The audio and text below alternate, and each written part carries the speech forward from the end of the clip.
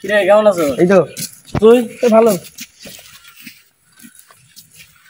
কেমন আছো?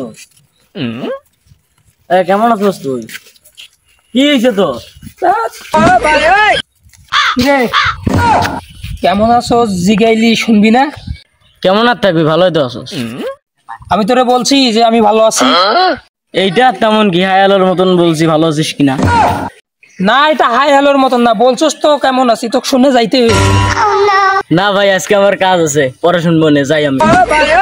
না আজকে যাইতে পারবি না, আজকে তোর শুনে যাইতে হবে আমি কেমন আছি। এই জায়গায় বস। আমি একটা মেয়ের সাথে 5 মাস রিলেশনে ছিলাম।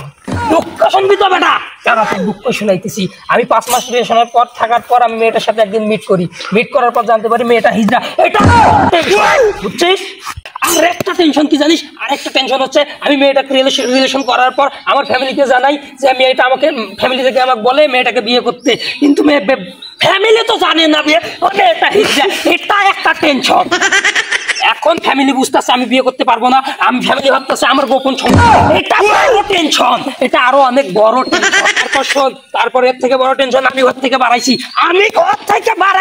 ঘর থেকে বাড়ার পর আমার পকেট টাকা নাই। এইটা সবথেকে বড় টেনশন। শুনতে চাইছিস তো? বড় টেনশন।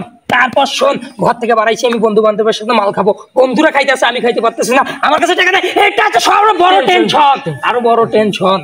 তারপর শোন, শুনে যাইতে চাইছিস না? তোর শুনে যাইতে হইব। তারপর আমি বিয়ে করবো, মাইয়া বাবু কই, এটা সব থেকে বড় টেনশন। সব বড় টেনশন। এখন তুই আমার জিজ্ঞাসা যে আমি কেমন আছি, আমি ভালো নাই, এটা সব থেকে বড় টেনশন। এখন তুই আমার কেন জিজ্ঞাসি ক? ভাই আমার ভুল হয়ে গেছে ভাই, আমি আর জীবনে কাউরে জিগাবো না ভাই, আমার ভুল হয়ে গেছে ভাই।